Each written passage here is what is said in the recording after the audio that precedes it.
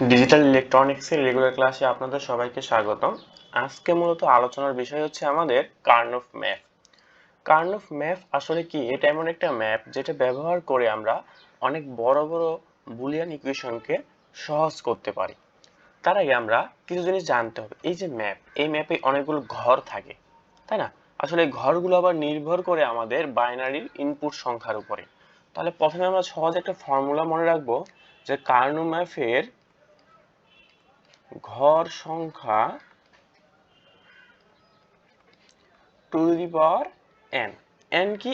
n হচ্ছে এখানে input variable, input binary variable, number of input binary ভেরিয়েবলকে n দ্বারা প্রকাশ করলাম, ঠিক আছে?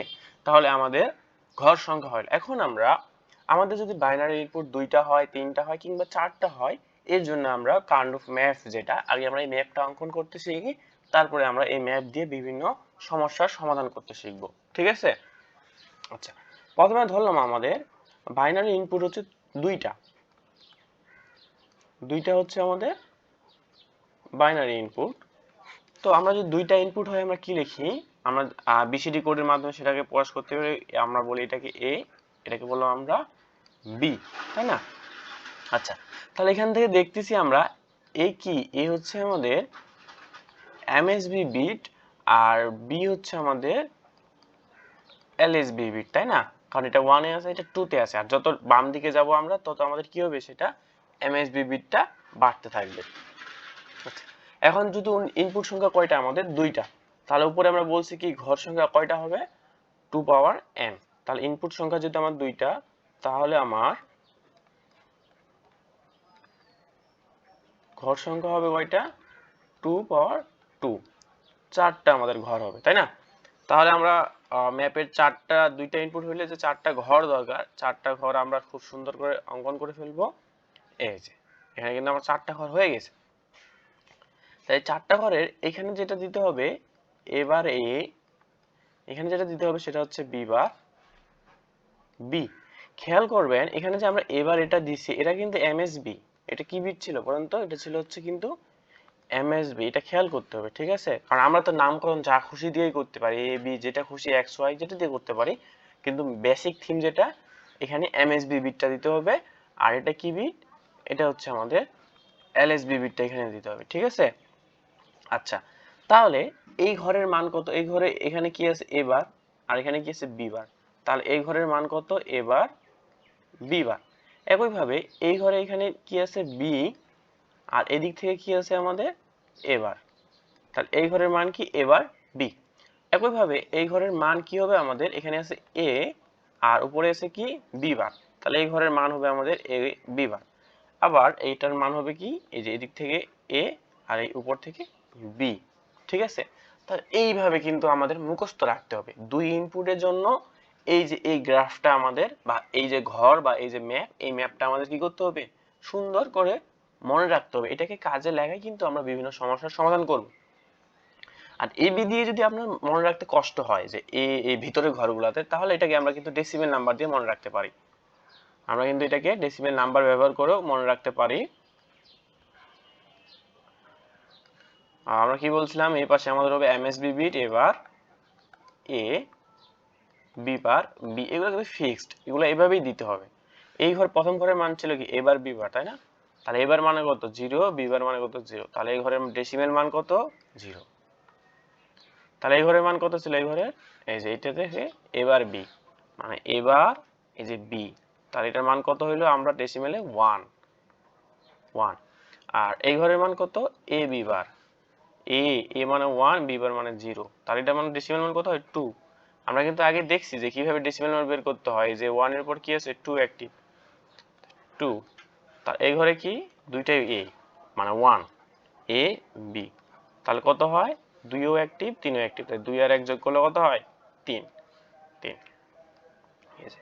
তাহলে এই ঘরটা যদি এবার বিবার দিয়ে মনে রাখতে কষ্ট হয়, 0, 1, 2, 3 এইভাবে আপনারা মনে রাখতে পারেন। এটা আপনাদের একান্ত পার্সোনাল বিষয়।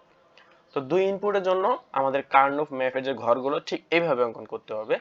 এখন চলুন আমরা শিখি যে আমাদের যদি ইনপুট সংখ্যা 3টা হয়, তাহলে আমাদের কার্নো ম্যাপ কিভাবে অঙ্কন করতে হবে। তাহলে ইনপুট হচ্ছে আমাদের 3 ইনপুট। 3টা যদি ইনপুট হয় তাহলে আমাদের ঘর সংখ্যা কয়টা হয় আগে সেটা আমরা বের করি। ঘর সংখ্যা ছিল আমাদের কি 2n, n মানে কত এখানে 3, তাহলে ঘর সংখ্যা হবে কয়টা আমাদের 8টি ঘর হবে, তাই না? তাহলে আমরা 8টি ঘর অঙ্কন করে ফেলি।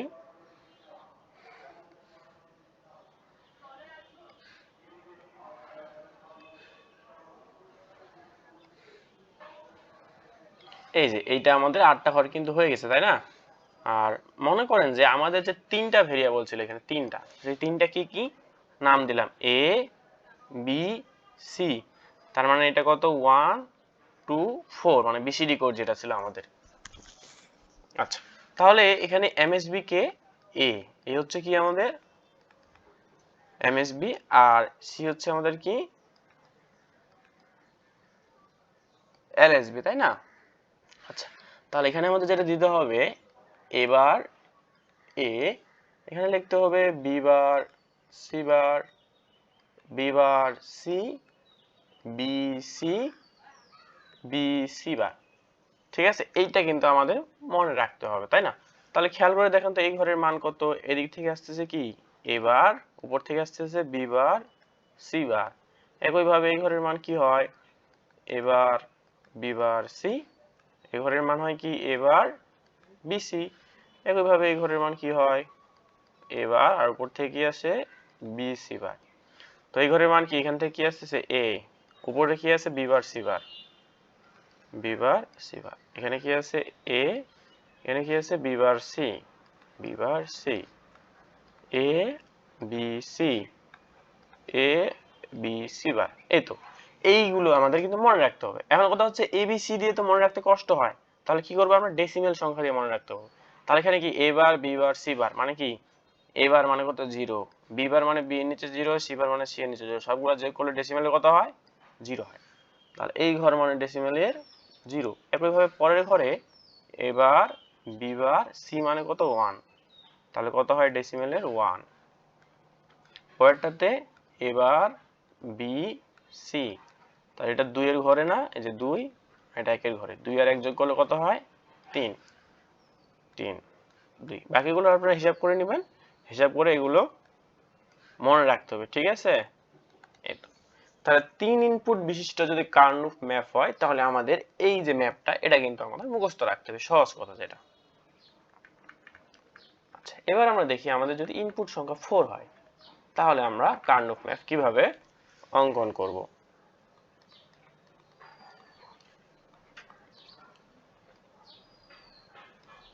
4 ইনপুট, ঠিক আছে, আমার বাইনারি ইনপুট সংখ্যা কয়টা এবার 4টা বাইনারি ইনপুট সংখ্যা। তাহলে আমার ঘর সংখ্যা কয়টা হবে সেটা আগে আমরা হিসাব করি। ঘর সংখ্যা হবে 2 পাওয়ার n, n মানে কি ইনপুট সংখ্যা 4, তাহলে আমার ঘর সংখ্যা হবে কয়টি 16টি ঘর হবে, তাই না? তাহলে ম্যাপের 16টি ঘর আমরা সুন্দর করে অঙ্কন করে ফেলি।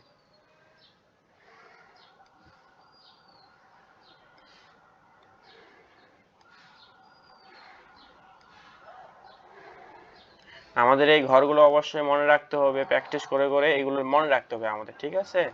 আচ্ছা, তাহলে এই যে এখানে কিন্তু আমাদের 16টা ঘর হয়ে গেছে।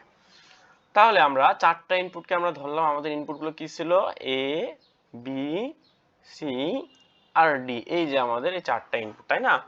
এ হচ্ছে কি এখানে এমএসবি, আর ডি হচ্ছে আমাদের কি এলএসবি। এই ঘরের মান কত ছিল 1 2 4 8, ঠিক আছে? তাহলে এমএসবি যে প্রথম এমএসবির পরে যেটা এই দুইটা লিখতে হবে আমাদের এখানে, এবার বি বার, এবার B A B A B bar, আর পরের দুইটা এখানে C bar D bar, C bar D, C D, C D bar, তাই না? তাহলে এই ঘরের মান কি হবে, এই যে এবার এই ঘরের মান এবার B bar C bar D bar, তাই না? আর ডেসিমেলে কত হয় এবার বি বার সি বার মানে কি এই যে এবার B bar C bar D bar মানে 0, ডেসিমেলের ঘরের মান কত হয় 0। তাহলে এই ঘরের মান কত হয় আবার, a bar, b bar, c bar, d। Decibel এই ঘরের মান কত হয় 1। a bar, b bar, c, d। Decibel এই ঘরের মান কত হয় 3। a bar, b bar, c, d বার। এটা ডেসিবেলের মান কত হয় 2। একইভাবে এই ঘরের মান কত হয় আমাদের, a bar, b, c bar, d বার। যদি আমরা এখানে বিসিডি করে বসাই, a বার মানে কত 0, b মানে কত 1, c বার মানে কত 0, d বার মানে কত 0। তাহলে এখানে সবগুলো অ্যাক্টিভ যেটা এটা 4, তাহলে কত হয় এটা 4। তাহলে এই ঘরের মান 4। একইভাবে এই ঘরের মান 5, এই ঘরের মান 6, এই ঘরের মান 7, এই ঘরের মান 8, এটার মান 9, এটার মান 10, এটার মান হচ্ছে আমাদের 11। আর এটার মান হচ্ছে আমাদের 12, 13, 14, 15। একইভাবে আপনারা এখানে এ বি সি দিয়েও ঘরগুলো মনে রাখতে পারেন, ঠিক আছে। এইভাবে মূলত আমরা ম্যাপগুলো ডিজাইন করি। আমাদের ইনপুট সংখ্যা কয়টা তার উপর নির্ভর করে কিন্তু আমরা ম্যাপটা সুন্দর করে ডিজাইন করব, ঠিক আছে। তো আমরা এখন মোটামুটি কার্নো ম্যাপ কিভাবে লিখতে হয় বা ডিজাইন করতে হয়, ইনপুট সংখ্যার উপরে কয়টা ঘর হয় এগুলো জানলাম। এরপরে হচ্ছে যে আমরা বিভিন্ন সমস্যার সমাধান করব, বিভিন্ন বড় বড় ইকুয়েশন নিব, সেগুলোকে আমরা ছোট ছোট বানাবো, ঠিক আছে। তো সাথে যাওয়ার জন্য ধন্যবাদ, দেখা হবে পরবর্তী ক্লাস।